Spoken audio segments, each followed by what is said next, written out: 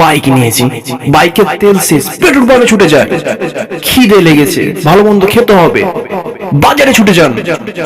অথচ রুহে জং লেগে গেছে, কোনো কিছু নিজের পরিচর্যা ছাড়া নিজেকে টিকিয়ে রাখতে পারে। আপনি কখনো মসজিদ গিয়েছেন? আমার হাতে আপনি কয়েকটি মিনিট সময় দিন, আপনার বিভোর ঘুম ভেঙে দেবো ইনশাআল্লাহ। জীবনে লাভবান হতে চান, জীবনে পরিপূর্ণতা পেতে চান, তো ভিডিওটি আগে দেখতে থাকুন। হ্যাঁ, আপনি আপনার ফ্যামিলির জন্য খুব চিন্তিত, আপনি আপনার ফ্যামিলিকে খুব ভালোবাসেন। আপনি মারা যাওয়ার পর আপনি আপনার ফ্যামিলির জন্য লাইফ ইন্স্যুরেন্স করে রেখেছেন, কিন্তু আপনার ইন্স্যুরেন্সটির কি হলো? উত্তর দিন, আমি আপনার কাছে এটির উত্তর চাই। কি হলো? আপনি চুপ কেন? উত্তর নেই, তাই না? থাকবেই বা কিভাবে? কেননা আপনার জীবনটি তো আমার আমার আমার মা, আমার বাবা, আমার ছেলে, আমার মেয়ে, আমার জমি, আমার জায়গা এই করতে শেষ করে ফেলেছেন। আদেও কি তা আপনার ছিল? কই, আজকে আপনি মৃত্যুর হাত ধরে একাকিত কেন চললেন? কই, কবরে প্রশ্ন উত্তর চলাকালীন উত্তরটি কেউ কানে কানে ফিসফিস করে বলে দিল না? কোথায় আপনার আদরের বউ? কোথায় আপনার স্নেহ সন্তান? আর কোথায় বা আপনার মা? আর কোথায় বা আপনার জন্মদাতা বাবা? আর তারাও কোথায়, যাদেরকে আপনি আল্লাহ তাআলার জায়গায় বসিয়ে পুজে গেলেন? নেই, কেউ নেই, তাই না? সব ভ্যানিস। দোকানে কোনো কিছু কিনতে গিয়ে তার লংজিভিটি চেক করেন যে এটি কতদিন টিকসই, যাচাই বাছাই করলেন, নাড়াচাড়া করে দেখে তারপর কিনলেন। অথচ যে জীবদ্দশায় ভুল ভ্রান্তি পাপাচারি করে গেলেন, সেইগুলিকে নিয়ে বিবেচনা করলেন না যে কোনটি ভুল কোনটি ঠিক। আদেও আমলগুলি আল্লাহ তাআলার দরবারে গ্রহণযোগ্য কিনা তা যাচাই বাছাই করতেই ভুলে গেলেন। শুধু শুধু সাময়িক নিজের আর নিজেদের চাহিদা মেটাতে গিয়ে পাপের হাত ধরে পাপাচারিতে লিপ্ত হলেন। একটুও ভেবে দেখলেন না যে ফিরকা, যে মজহবে বা যে ধর্মে বা যাকে ঈশ্বর ভেবে এতদিন পুজে গেলেন সে সত্যি সত্যিকার ঈশ্বর কি না? না যাচাই বাছাই করেও মৃত্যুর আগে অবধি তাকে মেনে চললেন এত লম্বা সময় পেয়ে। আর আজকে যে বাপ দাদার কুসংস্কারের উপর টিকে আছেন, বিজ্ঞানও তো সেই প্রমাণ আজকে নাকচ করেছে, এগুলোকে কুসংস্কার নাম দিয়ে ভুল প্রমাণিত করেছে। আর বা কোথায় আপনার বাপ দাদা? ওরা তো আজকে ধূলিসাৎ হয়ে গেছে। বস আছেন, ছিলেন আর থাকবেন তোমার আমার রব আল্লাহ। আপনার, আমার এবং আমাদের সকলের কাছে voter card, identity card, ration card, এমনকি আমাদেরকে নিজেকে প্রমাণিত করতে হয় যে আমি ইন্ডিয়ান বা আমি অমুক। কিন্তু কোন ধর্মের কোন ঈশ্বর কি আছে? এরকমটা কোন ঈশ্বর নিজেকে দাবি করেছি, নিজের আইডেন্টিফাই করেছি নিজেকে? যদি করে তো আমাকে বলুন, আমি মাথা নত করবো সেই ঈশ্বরের কাছে। কিন্তু আমি চ্যালেঞ্জ করে বলতে পারি যে হ্যাঁ, আমাদের রব আল্লাহ নিজের আইডেন্টিফাই করেছে কোরআনের সূরা ইখলাস, কুল হু আল্লাহু আহাদ। বলুন তিনি আল্লাহ এক, আল্লাহুস সামাদ, আল্লাহ অমুখাপেক্ষী, লাম ইয়ালিদ ওয়া লাম ইউলাদ। আল্লাহ তাআলা তিনি কাউকে জন্ম দেননি এবং তিনাকে কেউ জন্ম দেয়নি। আছে কোন ঈশ্বরের কাছে প্রমাণপত্র? আজ অব্দি, কোশ্চিন কাল অব্দি, কিয়ামত অব্দি কারো কাছে উত্তর থাকবে না। একমাত্র আমার রব আল্লাহ তাআলা নিজের আইডেন্টিফাই এভাবে করে থাকেন। সমাজে প্রচলিত অনেক ধরনের শিরক আছে। কেউ হাতে ব্যথা পায়ে ব্যথার জন্য কালো ধাগা পরে, কেউ গলায় তাবিজ, হাতে তাবিজ, কোমরে তাবিজ, বাচ্চাদেরকে তিলক লাগানো। অনেকে দেখেছি এমন বিড়াল পার হয়ে গেলে বলে কুসংস্কার, এগুলো মেনে আসছি। কি বিড়াল পার হয়ে গেছে, সামনেই অ্যাক্সিডেন্ট হবে। তো একটা সামান্য কালো ধাগা এ নাকি ব্যথা দূর করবে, এর কাছে আমরা সাহায্য চাইছি। কারোর বড় বাচ্চা হয় না, পীর কাছে গেলে নাকি বাচ্চা হবে। পীরকে আমরা আল্লাহ তাআলার জায়গা দিয়েছি, নাউজুবিল্লাহ। একটা বিড়ালকে আমাদের ভাগ্য নির্ধারণ দাতা বানিয়েছি, নাউজুবিল্লাহ। একটু কি বিবেক কাজ করে না? কিসের আপনার মাস্টারি, কিসের আপনি জজ, কিসের আপনি ব্যারিস্টার? শিক্ষাকে আপনি আপনার মাটি চাপা দিয়ে দিন। কারণ যা কিছু শিখলেন, যা কিছু করলেন, যা আয় করলেন আর যা ব্যয় করলেন, আপনার মাটিতে সব ধূলিসাৎ হবে কবরে গিয়ে, নইলে হিন্দুদের প্রধানমন্ত্রী শ্মশানে গিয়ে, কোনো কাজে আসবে না। এই শিক্ষা মাটি চাপা দিন। আজকের জামানায় বৈজ্ঞানিক ভাবে কুসংস্কারকে প্রমাণ করার সত্ত্বেও আপনারা সেগুলো মেনে চলছেন। আপনাদেরকে একটি সূরা ফাতিহা দুটি শব্দ আপনাদের জন্য যথেষ্ট হওয়া উচিত। তা সত্ত্বেও যদি আপনারা ঈমান না আনেন, তো দুর্ভাগা আপনারা সে শিক্ষা মাটিতে চাপা দিন। সে হচ্ছে সূরা ফাতিহা, ইয়াকা নাবুদু ওয়া ইয়াকা নাস্তাইন। আমরা তোমারই ইবাদত করি এবং তোমারই কাছে সাহায্য প্রার্থনা করি।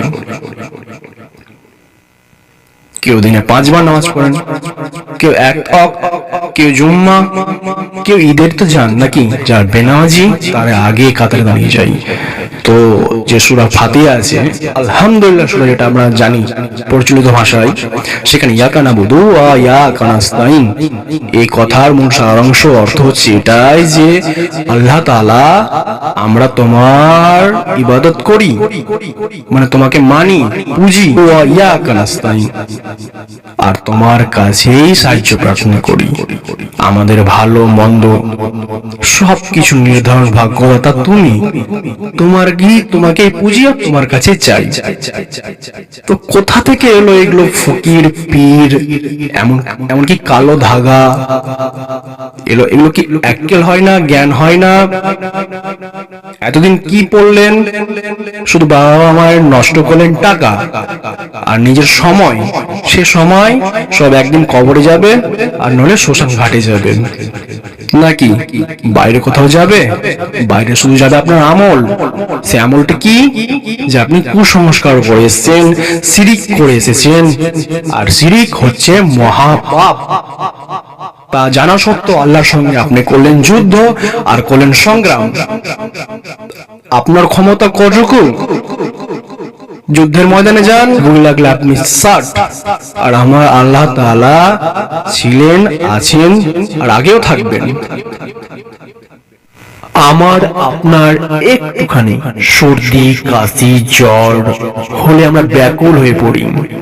বাবা গো, মা গো, কেউ মাকে ডাকে, কেউ বাপকে ডাকে, কত কিনা ডাকাডাকি শুরু হয়ে যায়। কতক্ষণে ভালো হবো, ডাক্তারের কাছে ছুটে যাই। আরো শুনবেন, বাইক নিয়েছি, বাইকের তেল শেষ, পেট্রোল পাম্পে ছুটে যায়। খিদে লেগেছে, ভালো মন্দ খেতে হবে, বাজারে ছুটে যান।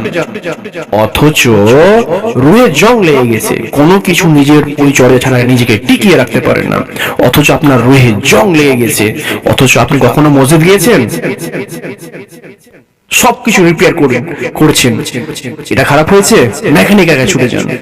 আপনার রুহে জং পড়েছে, আপনার অন্তর খারাপ হয়ে গেছে, মোহর লেগে গেছে, কোন মাওলানা আলেমের কাছে কোন যুক্তি পরামর্শ করেছেন? ভালো মন্দ জ্ঞান বিচার করেছেন? বিয়ে বাড়ি, অনুষ্ঠান, গান বাজনা, পদে পদে শিরিক, পদে পদে বিদআত, এগুলো একটু বিবেচনা করেছেন? আর নাকি আপনি মাস্টারি করে বসে আছেন, শিক্ষক মানুষ, না তো কি বড় ব্যাপারী, হায়ার ডিগ্রি নিয়ে বসে আছেন, কেউ নাকি প্রফেসর, কোনো কাজে আসবে না। সত্যি অন্তর থেকে কষ্টের সাথে এটা বলতে বাধ্য হচ্ছি কি আপনি এগুলোকে এখনই পারলে এখনই মাটি চাপা দিয়ে দিন, নেই কোনো উপায় আপনার। আর আপনি শক্তিশালী, কতই বা শক্তি আপনার। এই সপ্তম আকাশ, এই জমিনে যা আছে আর জমিনের বাইরে যা আছে, আকাশে যা আছে, পাতালে আছে আর এর ভেতরে যা আছে, সবকিছু নিয়ন্ত্রণ করছে এক আল্লাহ।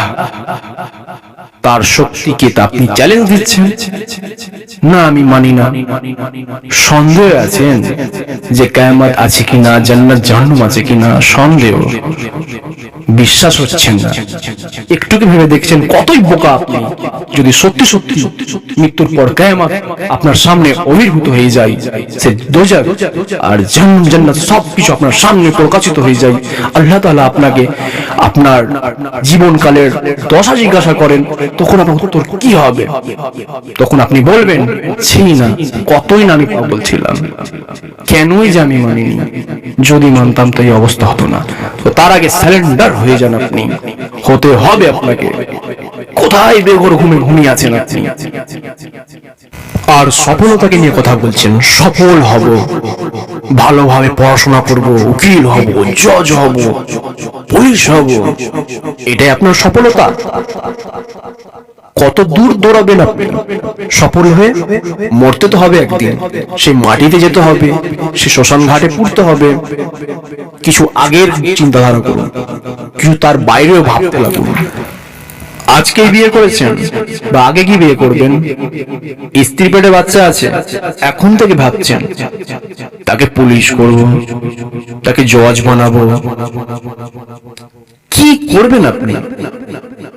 তার আগে থেকেই তার জন্য কবর খুঁড়ে রাখুন, কেন সেইখানে সে পৌঁছাবে। কখনো ভেবে দেখেছেন? এটাও ভাবেন দামি স্কলারশিপ বানাবো, দামি স্কুল কলেজে ভর্তি করব। উত্তম যদি কোনো স্কুল কলেজ থেকে থাকে এই পৃথিবীর মধ্যে, সেটা হচ্ছে মাদ্রাসা। মাদ্রাসায় পড়ানো, মাদ্রাসায় উচ্চ শিক্ষক দ্বারা ট্রেন করা যায় বাচ্চাদেরকে, ভালো শিক্ষক বা শিক্ষিকা গড়ে তোলা যায় বাচ্চাদেরকে। সেখানে ভর্তি কেন করেন না আপনারা? কেন? মাদ্রাসা বলে ইহকাল পরকাল নিয়ে কথা। সেই পরকাল একটু ভেবে দেখুন, যখন আপনি আপনার সন্তানের সঙ্গে সাক্ষাৎ করবেন, দেখা যাবে কি হতভাগা দুইজন জাহান্নামের রাস্তায় পদমপণ করলেন, আর সেই চলে যাবে ছুটে ছুটে সেই ছোট্ট ছোট্ট পানি এসে মাদ্রাসার ছাত্রগুলো। তার জন্য এখনই প্রস্তুতি নিন, বিবেচনা করুন, বিবেক লাগান। এত বুদ্ধি কোথায়, এত বুদ্ধি কোথায় কাজে লাগাচ্ছেন? ইহকাল ইহকাল, এই দুনিয়া দুনিয়া দুনিয়া, জানেন সত্যই যে কি হ্যাঁ এই দুনিয়া ধ্বংস হয়ে যাবে। 1450 বছর আগে বলেছে যে কিয়ামত আসবে। আজকের যুগে বিজ্ঞান বলছে যে পৃথিবী একদিন ধ্বংস হবে, তা সত্ত্বেও ঘুমিয়ে আছেন, একটু বুঝছেন? তো এই জ্ঞানের কোনো মূল্য আছে? আমার কাছে তো মোটেও নেই। তো বলছি যেটা একটাই কথা, সেটা হচ্ছে ঈমান আনুন, জেগে যান। জেগে জেগে ঘুমানোর ভান আর কতদিন করবেন? থাম্বনেল দেখে বুঝতে পেরেছেন সফলতা নিয়ে কথা বলেছি। আপনারা ভাবছেন যে টাকা ইনকাম করা নিয়ে কথা বলতে যাচ্ছি আমি এই ভিডিওর দ্বারা, তাই তো ভেবেছেন যে ভিডিও দেখা শুরু করেছিলেন? না, উত্তম থেকে উত্তম, অতি উত্তম সফলতার কথা বলছি আমি, যা আপনার ধারণার বাইরে ছিল। পর্যাপ্ত বোঝানোর চেষ্টা করা আছে এই ভিডিওর মাধ্যমে যে সফলতা সত্যিকার কি।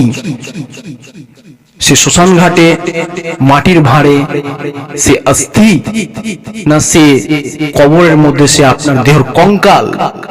এই সফলতার কথা বলতে আসিনি।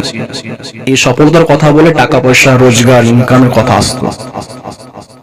পুঁজিপতি হতে চান তো ইহকাল না, ইহকাল পরকাল উভয় হওয়া যাবে।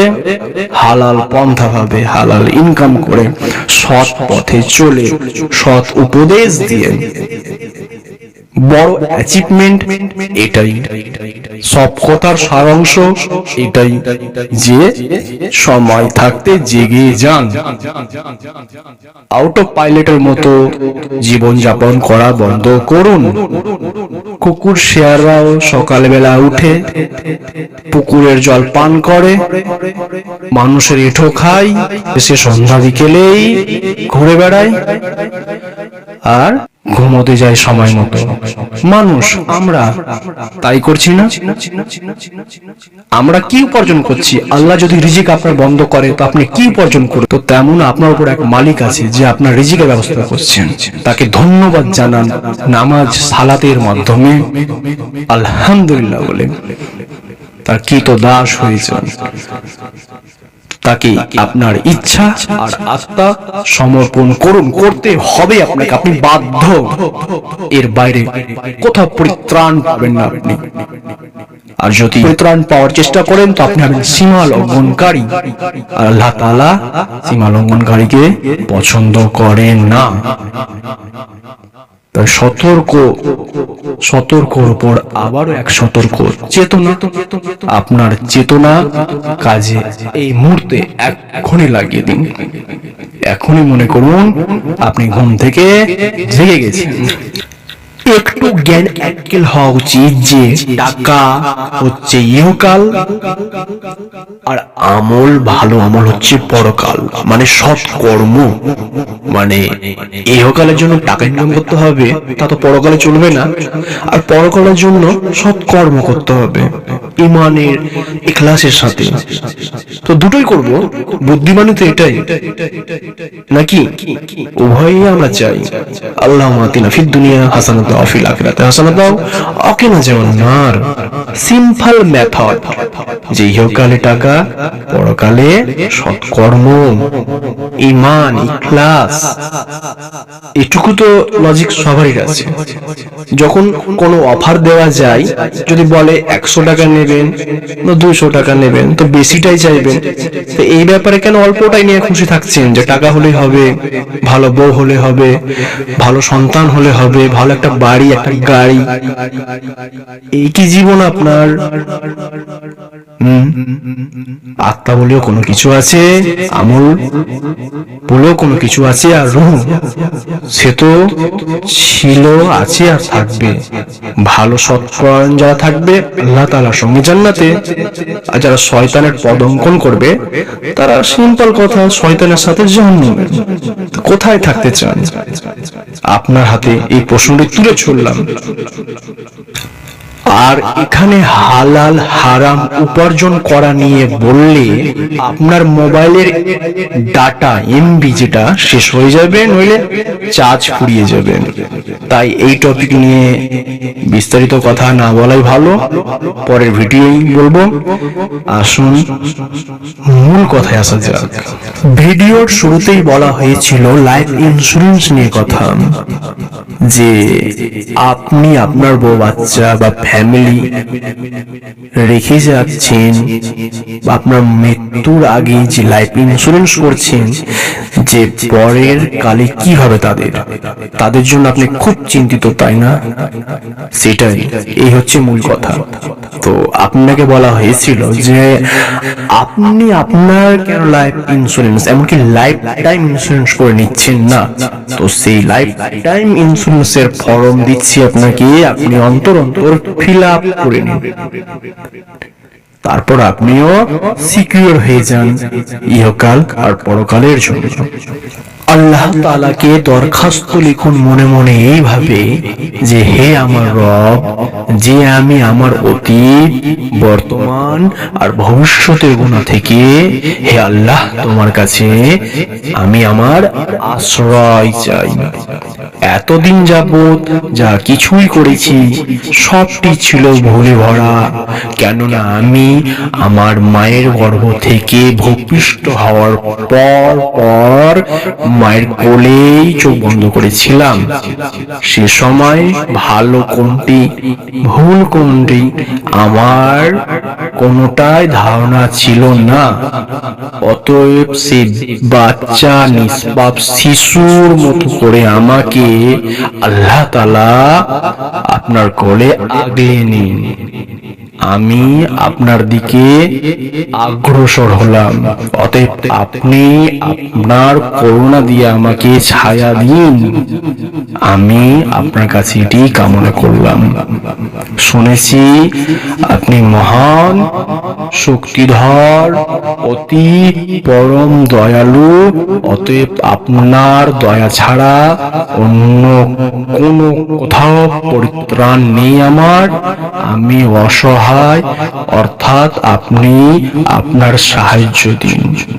আপনি অতি ক্ষমাশীল, ক্ষমা করতে ভালোবাসেন। আমি অতি গুনাহগার, তাই আপনি আপনার অশিলায়, আপনার ক্ষমায় আমাকে ক্ষমা করে দিন।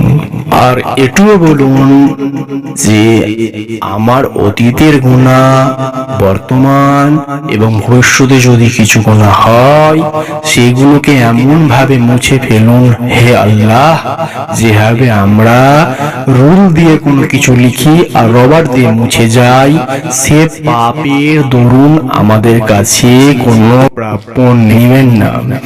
অর্থাৎ আমরা খুব দুর্বল, খুব ক্ষমা প্রার্থী, অতএব ক্ষমা করে দিন এমন ভাবে যে কখনো সে পাপ আমরা করিনি। আপনি মহাজ্ঞানী, প্রজ্ঞময়। শ্রদ্ধেয় সম্মানিত দিনী ভাই ও বোনেরা, ভিডিওটি অনেক লম্বা হওয়ার দরুন এখানে সমাপ্তি ঘটালাম আমরা। আরো যদি এরকম ভিডিও পেতে চান তো আমাদেরকে কমেন্ট বক্সে জানান কোন টপিকে শুনতে চান আপনারা। তো আপনাদের জন্য দোয়াইটি রইল যে আল্লাহ তাআলা আপনাদেরকে নেক হায়াত দান করুক, সুস্থ রাখুক, আর আপনাদের জন্য শুভকামনা রইল। আসসালামু আলাইকুম ওয়া রাহমাতুল্লাহি ওয়া বারাকাতুহু।